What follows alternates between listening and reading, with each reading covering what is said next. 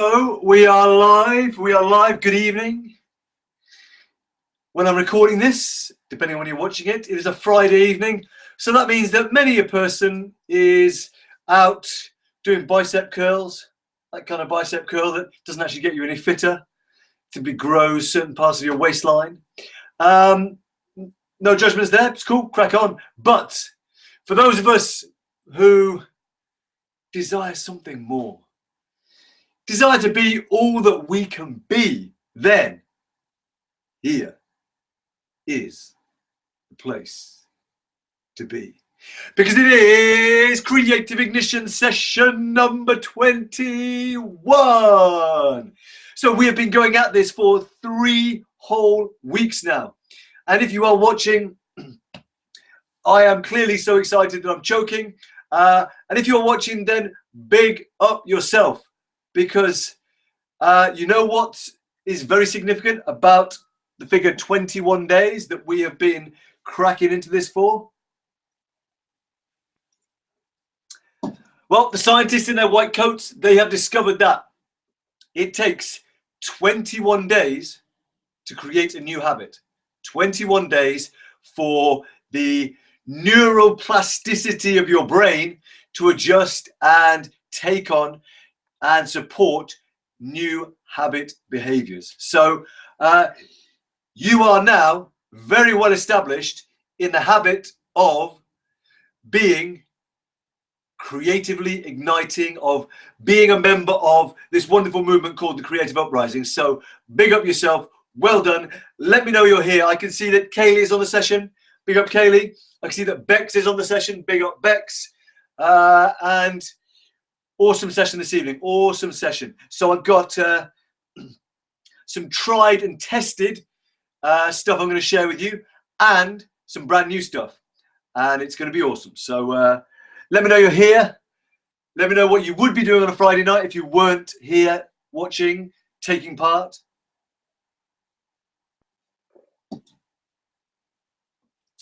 Yeah, that whole kind of going out thing is, it just seems an entire world away for me. Not least because obviously as father of 2 young children, but simply, yeah, I basically stopped drinking when I was about 25, probably. I'll still have the odd glass of rum here and there at a special occasion, but yeah, Jesus, just a totally different world. The street out here, we've just seen quite a few people like strolling down, all in their glad rags, smoking a fag, and yeah, nuts. Going to get some little glass of wine. Good, Bex, do it. I have got my water. More than anything else, the reason I don't really drink alcohol these days is I'm not a massive fan of the taste. Beer and wine for me just don't really taste that enjoyable. I'd rather have like a pineapple juice or a grape juice. You know what I mean? That said, like a really top quality rum, mate, I just love sipping a top quality rum. Tiffany, wow, you're still at work. So fantastic. You're with us in spirit. It is awesome to have you with us. And if you do the catchy up bit for the first half, then big up yourself. And I hope work has treated you well today. That said, on the drinking front, there are times when there is no thing better than a cold beer, like a cold bottle of beer, though. Particularly if you say you've been like doing manual labor out in the sunshine, and then you just sit with all your kind of workmates after a good hard day's work, and you're just like, yeah, well done. But that's, those are the very few kind of times. So we're here, and we're going to be drinking from the fount of knowledge and inspiration and joy and togetherness. So I see Sophia is on the session. Big up, Sophia. It is fantastic to have you with us. Very exciting, very exciting. Guys, and whilst we're waiting for a few more to arrive, let me know, where are you guys at with confidence? How is confidence as a thing for you? What's your experience been with it? Is it something that you're like, yeah, that's me? Or you're like, a bit of a challenge? So where are you at?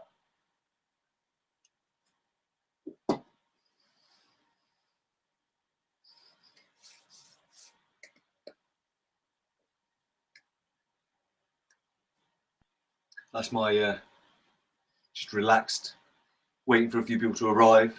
little fidgety thing. Check this thing out I've got. Can you see this? It's like a disc. I can spin it. So it's basically it was given to me by a friend in Australia when I was out there working with Cam. And it's basically for basically people who've got ADHD to help them stay focused. Pretty useful for me. Bex, I have good super confidence days and I have bad self-doubt days. Hell yeah, I'm with you on that one. For sure. So whilst the things we're going to explore tonight don't guarantee you'll never have bad self-doubt days, I used to call them my suicide days, when basically I just felt like the world would be not that much different if I wasn't here. So what we're going to be exploring today is not going to necessarily eradicate those completely, but certainly minimize their number and give you a set of criteria that you can fall back on if ever you find there's like 2 or 3 days in a row you're like, hang on, what's not going on here? We've got a little checklist to go through. Depends how much sleep I get. Sometimes I wait, sometimes full steam ahead in the flow moments. Yeah, definitely. Sleep is an interesting one because I'm trying to implement a different sleep pattern. It's called, if you've ever read any of Tim Ferriss's books, there's one called polyphasic sleep, which is differing, like shorter amounts of proper sleep and then naps during the day. So I'm trying to do like one where you sleep between 4.5 and 6 hours and then have a 20 to 30 minute nap halfway through the day. And I'm trying to work out whether I'm basically just functioning on pretty exhausted all the time to not much greater benefit, or whether it's still just a natural kind of part of creating the habit. So I'll keep you posted. All right, so according to my watch, it's 7 minutes past. Let's crack on. So thank you for sharing where you're at. Fantastic. If you're just arriving, let me know you're here. I see Liam is here. So Liam, we are exploring cash and confidence. And here's the thing, guys. As we dive into this, I will say that the session I've got planned out is a full session, okay? Now, what I don't want to do is, like I did with state management, where we went through 3 different state management models in one go. And everyone was just like, Jesus, that's way too much information. It may well be that once we've gone through the confidence elements, that's well enough for one session. And if so, we'll just do the cash elements in tomorrow's session, okay? So yeah.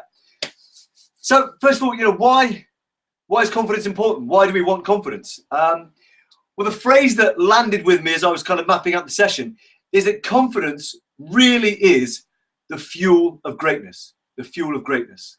And that is, if each of us is the car, well, we could have the car that is destined to travel the furthest, to be the greatest car. But if we don't have any fuel for that car, it's never going to go anywhere. And so whether you want to, be, do, or have something new or something more, at some stage along that journey of either becoming more or doing or having more, confidence is going to be involved. Confidence is going to be essential. So that is why, I say that, there's so few things in life more important than confidence, and why it so deeply upsets me that people still have these myths around confidence, that it is somehow a thing you either have or you don't have. And it's just simply not true. Confidence is a skill, and we are going to get into the ways that you can continually build and develop that skill. Okay. There's a few definitions I want to kind of share with you as a way of actually kind of unpacking what we mean by confidence. For the purposes of this session, confidence, we're going to use it as a kind of catch-all term that can also includes certainty, so like being certain of doing something, self-belief, self-worth, bravery. Bravery is actually acting even when you don't have certainty, self-belief, and self-worth. But for this kind of the purposes of our discussion, confidence, includes bravery. Confidence in our discussion here also includes faith as well, which is, as I understand it, trusting that if you take a step in the direction of your inspiration, that good will come of it, that you will be supported to take more steps. But ultimately, there is a faith element to there. You step into the unknown. And so confidence also has that element of faith in it as well. Okay, so when we're talking about confidence, we mean all of those things, and any other definitions you might want to bring. Cam, how are you? It's fantastic to have you with us. I'm assuming where you say, I thought I'd share where I'm watching from, you've posted a photo into the group, which at the moment I can't see, but I very much look forward to seeing it when the session finishes. So that's one element of the definitions I want to just deal with, is what we mean for this session when we talk about confidence. The other thing is, I want to deal with another myth. You may have heard there's kind of broadly two types of people in the world, right? Extroverts and introverts. Extroverts and introverts. And if you're on last night's session, you'd have heard me speak about how actually I'm kind of classed as something of an introverted extrovert, which, yeah, go figure, it's quite an interesting mix. And like Bex, it's certainly, I think, one of the reasons why I have challenging days and very kind of positive days as well. So extrovert, what that means is you draw energy and kind of energetic sustenance, vibrancy from external sources, okay? Which means if you're out in a crowd, interacting, being out there, that's the way you get your energy. That's the way you kind of vibe, right? Whereas an introvert is someone who gains kind of energy and vibrancy and motivation intrinsically, which is it comes from within. So an extrovert will be the one who's there, hey, pick me, I've got the ideas, yeah, right? An introvert is the one who will be kind of sat back going, kind of observing, going, what's going on here? Kind of taking it all in. And only after they've taken it all in a bit, that's when they say something. And so usually an introvert will say a little, but what they do say is very, very powerful. An extrovert will also say powerful things, but there'll be a lot of other stuff that goes on around that powerful stuff as well. Okay. Well, Bex, it wouldn't be surprising if you were the same, considering we do have the same birthday. So if the star signs and all that have anything to do with it, then maybe there's a reason why we both feel like that is an accurate description of us. By the way, totally unrelated to confidence, and we won't spend long on it. Apparently, like 80% of the star signs have changed. I don't know what that means. I don't know whether it means that now I'm not going to be an introverted extrovert anymore, perhaps. But yeah, check it out if you didn't know about that. It's quite interesting. And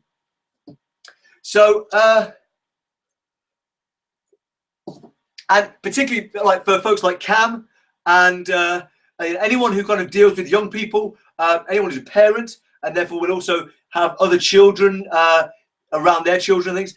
I raise this extrovert introvert element because what our society, which in the old story, it loves to label stuff. It loves to kind of be like, oh, you're an accountant, you're a lawyer, right? I kind of, and we feel comfortable in the old story if we're able to label things, right?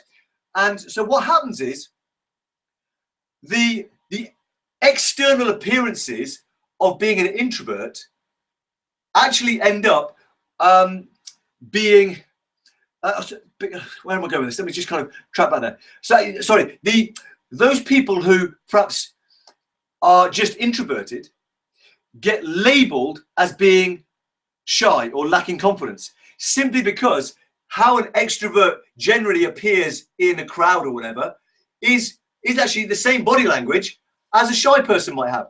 But actually it could be anything but that. The introvert could simply be sitting there going, oh yeah, what's going on here? Interesting. They're simply very happy in their own company, in their own space. But as a result of this kind of obsession with old story society, and particularly our kind of westernized, standardized education system, people get labeled as shy or lacking confidence, even when they're not that at all. It's just that they're confident in different ways. Okay. So in a situation where an introvert knows everybody and they're in an area where they feel very, they're like, I know this stuff, like, then they're going to be quite, you might find they're very vocal and very articulate. And yet in a different situation, you might not get 2 words out of them. That doesn't necessarily mean they're not confident. It just means that they have a different way of relating with the world. So I raised that as, just to kind of give you some awareness that actually, if, your child or if friends of your friends get labeled as shy or, quiet, actually it may just mean they're an introvert, and it's worth spending a moment touching base with them, saying, hey, look, they've given you this ridiculous label. Is that actually accurate? Or because what happens when we give people these labels, like they live up to them. So I used to work in a kind of a pupil referral unit where problem kids get sent. Well, of course, as soon as you label a young person as being problem or being trouble, they'll be like, well, what they really want is love, connection, support, encouragement. And as soon as they don't get those things, they're like, right, well, fuck you, I'm going to fucking show you. So they play up to those labels. And language has such power. So if we label people who are perfectly normal, they're simply introverted, as shy, lacking in confidence, then we can do massive damage. And I've just finished some mentoring sessions over at school a few months back, and one of the lads there was constantly being told by his form tutor, oh, you should get yourself out there. You're not going to get any jobs if you don't, start being more confident and all this. And I sat with him, and he literally had a tear about this stuff. And I said, dude, are you just an introvert? And he was like, yeah. And I was like, well, so what we then were able to develop was a language and a way of him communicating what he needed. And it made a big difference. But it was heartbreaking to see that this lad was going through such pain simply because he was being mislabeled. So yeah, a bit of a passionate rant about that, but I hope you can see the consequences that could, thankfully with that lad, we caught the situation. But if that had played out into adulthood, who knows what damage it could have done to his life long term, right? So cool. Let me just see this comment. Right, yes. So Cam said, like, if someone's looking at you straight in the eye, they're like, hey, he's confident. If someone's like, even looks down like a tiny bit, just doesn't quite make eye contact, they might be labeled as not being confident as well. Yeah, absolutely, Cam. And just it's so ridiculous, right? How could an inch make that much difference? Let's not ask the ladies about that one. For us men, get all scared when that happens. Right, enough inappropriate humour. Yeah, so Cam, absolutely. So Cam, it's great to kind of know that as a teacher that this is something you're aware of as well, because I don't see that all the time. So let's get into this, right? I want to share with you the 6 pillars of confidence and the 4 creators of confidence. Okay, so the 6 pillars is once you kind of feel you're confident, or whatever that means to you, being aware of these 6 things can really help that confidence be resilient. Okay, so that there will be moments when it gets knocked, but if you can get back with the 6 pillars, you're going to kind of get it going again. And the 4 creators are things which, if you can do these things, you're going to supercharge your confidence, basically. Okay, so let's get into it. Have a pen, have a piece of paper, something to write with. There isn't actually, I don't believe, this session on, or this bit of confidence on the in the workbook specifically, but there's like notes pages, so you could make some notes on one of the pages. So here we are. I'm going to use an acronym for the 6 pillars, and the acronym spells the word smiles. Smiles. So in the same way, the first session we had True You, standing for talents, routines, uniqueness, engagement, youth, outspoken, and universals. Smiles is going to be the way we remember the 6 pillars of confidence. Okay, and so S, the first pillar of confidence, is small steps. Small steps. Okay, and what that means is it's about not trying to eat the whole elephant. Okay, if there's something you have to do, don't set yourself a giant unrealistic target of trying to do this much. First of all, set yourself a target of trying to do this much, and and also with small steps, it's about setting the bar really freaking low. Okay, so let's say you're a writer, and I know Michelle will be catching up on this, and for some people it works. It works. And here's the thing, this is simply what I've noticed that works commonly. Okay, it might be totally the opposite for some people. Okay, but for a writer, say you ultimately wanted to try and write 3 pages a day. Okay, well, using small steps is a way to really start building your confidence. Set yourself the goal of writing half a page a day. Okay, or even less, so that when you're like, yeah, what's happening is when you set yourself small steps, small targets, you get more regular achievement, and we get an asymmetrical reward from that achievement. The feeling of, hey, I achieved this small thing, right? That boost we get from a kind of neurochemical point of view and emotional point of view is huge. And as a result, what do you think is going to happen? Well, we're going to probably complete the next small step, and maybe the next small step after that. So before we know it, we've actually completed as much or maybe even more as the big target, but we've done it in lots of small chunks. And each time we've done a small chunk, we've got a great boost of positive reinforcement and affirmation. Okay.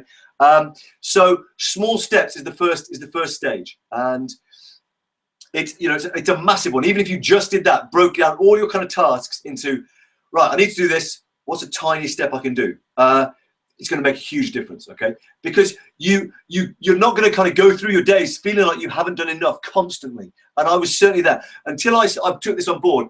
I basically never felt like I was enough, because I was always setting myself like, I felt like I've got to be more, I've got to be the greatest. And I'd set myself these totally unrealistic goals and then feel shit when I didn't do it. Okay. So small steps. So S of smiles is small steps. M of smiles is meals. If you eat and drink shit, your confidence is going to be shit. I can't put it any more simply than that. Okay.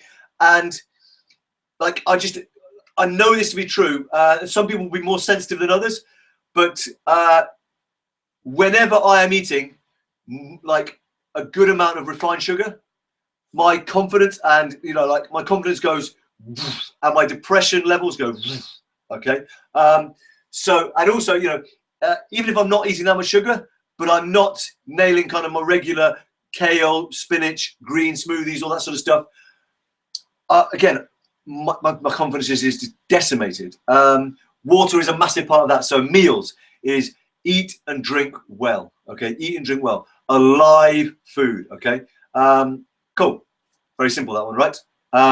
You are what you eat. Cliches contain universal truths, and that is a massive one. Okay.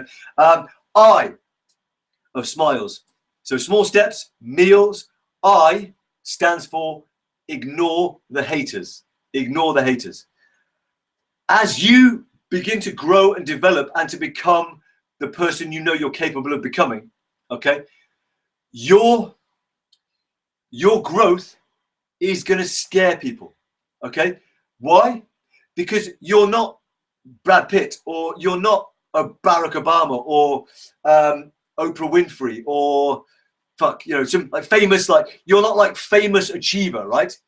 You're a normal, everyday human being who is suddenly starting to do extraordinary things. And that is a massive challenge to people who maybe are the closest to you, like your family or whatever, or your friends who are happy in their comfort zone. And just doing their thing, right? When they see you starting to step out, starting to grow, starting to try new things, starting to kind of push yourselves in ways they would never think of, it's a challenge to their fundamental status quo, to their story, okay? And therefore, chances are you'll get some sniping comments, which, like we explored with the dog shit, right? They're essentially going to be offering you their dog shit. And if you choose to accept their words, their beliefs, their negativity, your confidence will start to stink, okay? So ignore the haters, let them keep their dog shit, okay? That doesn't mean you can't love them, just understand what's going on, understand the dynamic that is happening, okay? So S-M-I-L-E-S. S is small steps, M is meals, I is ignore the haters, L is love, And Clint, for those, if you haven't checked out Clint's live video that he posted in the group, definitely do it. 18 minutes long, but just the heart of the man is so beautiful to see, and he gives such an amazing message. So if ever you are having challenges with your confidence, find a way to take yourself out of the equation and go and serve. Find a way to give love to someone else, because when we light up someone else's life with our gift of love, it is impossible for us not to experience the same joyous sensations. Okay. As soon as we focus on something that is greater than ourselves, it's like rocket fuel for confidence. Okay. So for me, even if like there's been days throughout these kind of 21 days we've had together so far where I've really felt fucking shit. It's a bit too much sugar and not enough clarity, which we're going to come on to in a minute, meaning I wasn't feeling as productive. But as soon as I got on these sessions, at the end of the session, I'd still be absolutely buzzing because I've had a chance just to do my best. And maybe that wasn't always great, but I just did my best to serve. And so, you know, find a way, if your confidence is challenged, to love, to be a source of love, okay? So, small steps, meals, ignore the haters, love, and the E and the S of smiles really work together. They're like a kind of dynamic duo, if you like, okay? E is exercise, exercise. Find a way to move. And that's even if you can't, you know, get about physically, find some way to, you know, just keep yourself active, your brain, and keep your body as active as possible, okay? You know, human beings, we are designed to move. Our bodies are literally miracles of engineering. So just find some way to move because your entire neurochemistry shifts when you do some form of exercise, okay? And then very strongly connected. So you've got exercise, movement, right? The other one is S, the final S of smiles is stillness, Find a way to be still. And that doesn't necessarily mean you just meditation, okay? It could be mindful walking. You know, you go for a walk, but you know, with a mindfulness practice as a part of it. Me, one of my stillness practices is juggling.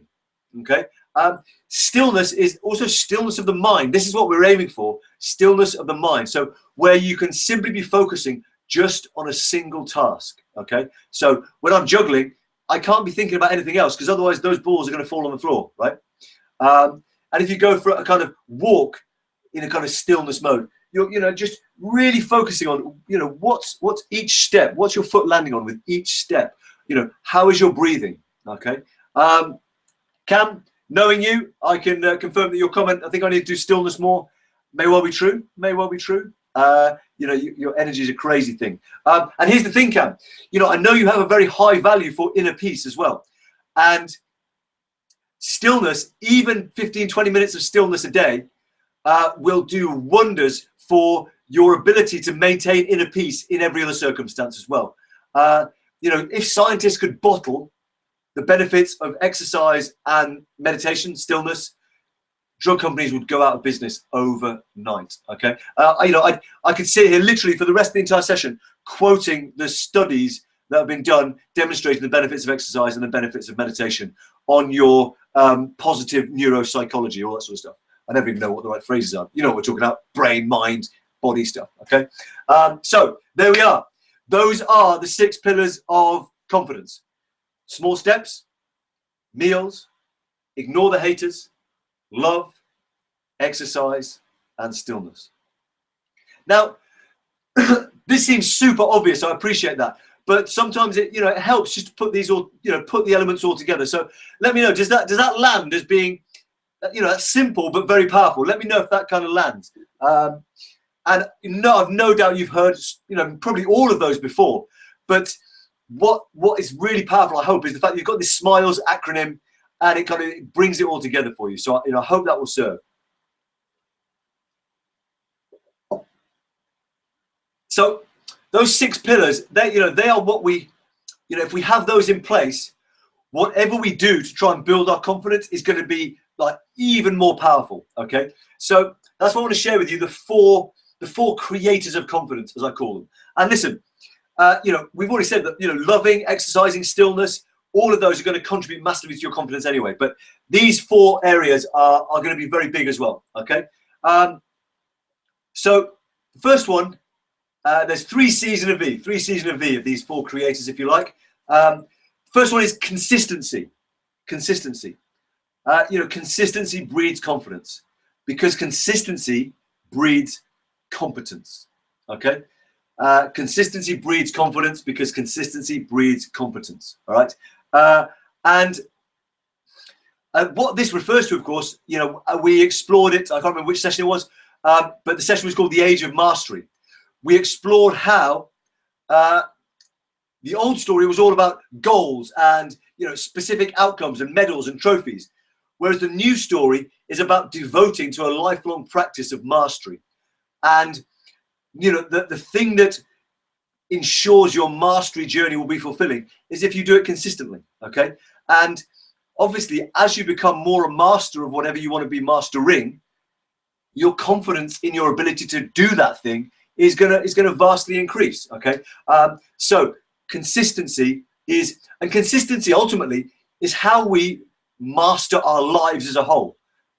If we can be consistent with applying the 4 pillars, with small steps, meals, ignoring the haters, love, exercise, and stillness, if we can be consistent in those things, our chances of being confident and assured and happy in life go through the roof. Okay, so I hope you get the sense of the power of consistency. All right, so that's the first of the 4 creators. The next one is clarity. Okay, and we explored, I think, in the session on state management, the power of flow. And here's why clarity allows us to tap into flow and therefore be super confident. It's because clarity gives us focus and clear outcomes that we want to achieve. Okay, so let's say that, you know, from a mastery thing, I want to cook a pancake. Well, great. So I've got my focus, and the next thing is going to be, how am I going to make it? Well, let me get a recipe book, and it's going to break down the steps for me. So I'm going to have clarity. Therefore, when I come to cook the pancake, my chances of being in flow, because focus and clear goals are both flow triggers, is massively heightened. And we know that flow is the optimal state of human psychology. So if you are in flow, you're being confident. It's like oxygen and photosynthesis. Okay, so clarity, and clarity more than anything else is like, if you're clear on what needs to happen, you're much more likely to have the confidence to go and do it.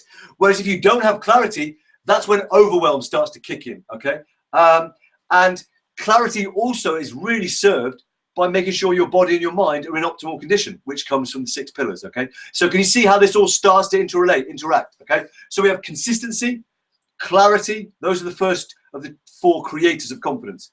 The third is creativity. Okay, and creativity is a massive flow trigger in itself. And, you know, if ever you want to just get a bit more confidence back, do something creative. Now, that will be different for every single one of us. But if you can just do a small thing, remember small steps, if you can go, hey, I'm going to be creative. I'm going to write a 5-line poem, or I'm going to make an ice cream sundae for my partner. You know, anything creative, we get a little boost. We get a little boost of achievement because, you know, human beings, we are hardwired to be creative. Okay, right from, you know, creating the wheel through to building the Colosseum to, you know, painting the Mona Lisa. Okay, human beings, we are hardwired to be creative. All right, and so if you can take some time, if your confidence is feeling challenged, just to do whatever creative thing you love doing, it's a guarantee that you'll give yourself a little boost of confidence, because at the end of it, you'll be like, oh, I achieved something. And even if you're not going to sell it or make any money, none of that, it doesn't matter. You will still benefit from a confidence perspective. Okay, so consistency, clarity, creativity, and the final one is visualization. And I've added this in literally in the last couple of days. I've discovered just how powerful this is. You've probably heard about athletes doing what's called mental rehearsal, which is where they visualize themselves running their race or jumping their jump without doing it. Okay, and the studies have shown, there's been some very kind of powerful studies shown. One by a guy from the Cleveland Clinic, which I forget the guy's name, demonstrated that in the space of just 12 weeks, okay, a series of test subjects, he did a trial. One where the test subjects were told to do exercises to improve their finger strength. One where the subjects were told just to visualize those same strengthening exercises. And one where the subjects were told to do nothing. Okay. The ones who actually did the exercises demonstrated an average muscle like strength increase of 53% in their fingers. So the actual doing it was the highest, 53%. Here's the crazy thing, okay? Those who just visualized doing the strengthening exercises increased their finger strength by 35% in just 12 weeks. That's fucking insane. And the ones who did nothing experienced no gain whatsoever, okay? So what that means is when we are visualizing, our minds and our bodies don't know it's not real, clearly, okay? So if you can visualize yourself in any situation, and here we go, right? Sophia, you used to do that so well, you know, before stepping on stage. Yeah, and I'll share a little bit about how actually I use this process to transform nerves into greater performance as well. So whatever it is that you might want to be more confident with, if you can start to visualize yourself successfully being more confident with that thing, achieving the outcomes in that area that you want to achieve, and do it consistently, okay? And be really clear about how you do it with this visualization. You know, we can estimate that the kind of minimum impact you're going to have is between 20 and 30% improvement in your confidence in whatever area it is, okay? And especially if you can bring that in with the 6 pillars and the consistency, clarity, and creativity as well, I believe you have an incredible recipe for building and maintaining confidence to levels that you previously never would have had, okay? And that's particularly the case if you can use a group like we have established to support you in that journey as well, okay? So, yeah, Sophia's mentioned it, you know, I'll share as well, because before I go on stage, I say a little kind of mantra to myself. I call it like a performance proclamation, a mission mantra, where I just take a moment to really connect in with what I'm doing, why I'm doing it, and to invite, you know, for me, love to kind of work through me before I step on stage. And no matter where I am, be it Glastonbury, be it on stage at the O2, be it in front of 7 million people on TV, it instantly drops me into a place of confidence and certainty that I'm sharing and doing what I'm meant to be doing in this life. So yeah, Sophia, thank you for sharing that, and for me to know that actually it's not just me who uses this same kind of process. So guys, looking at the timings, I reckon if we dive into the money now, we're going to be here until 10ish or something. So really exciting session on money tomorrow. I've got a kind of what I call the financial fulfillment formula, and within it, there's going to be a very simple way for you to literally transform how you feel about pricing, asking for money, all that sort of stuff. But what I don't want to do is to overload you with information today with both of these sessions. That's a lot to take in on confidence, and I'd really love you to kind of make some notes. My invitation would be for you to, for the next 10 days, make sure you're bringing an element, at least one element of the 6 pillars into your day each day, and find something you want to visualize around in terms of confidence improvement, and commit for the next 10 days to doing that as well, okay? And I will see you tomorrow for the financial fulfillment formula. Guys, amazing. Let me know if there's any questions you guys have got. I'm here if you need me to be. Otherwise, I'm going to crack on, do a bit more work. That's how gangster I am on a Friday night. Deliver a session, carry on working. But mate, you know, it's obvious I'm massively enjoying these sessions, so it's not really work, is it? So yeah, guys, any questions? Anything kind of stirring? Anything you're pondering? Cool, Bex saying thank you. Outstanding. And Bex, do hit me up on the old messenger thing if you do want to have a call about getting caught up, where you're at, moving forward. Really welcome that over this weekend if you've got some time. So let me know what would work for you if you would like that. Okay.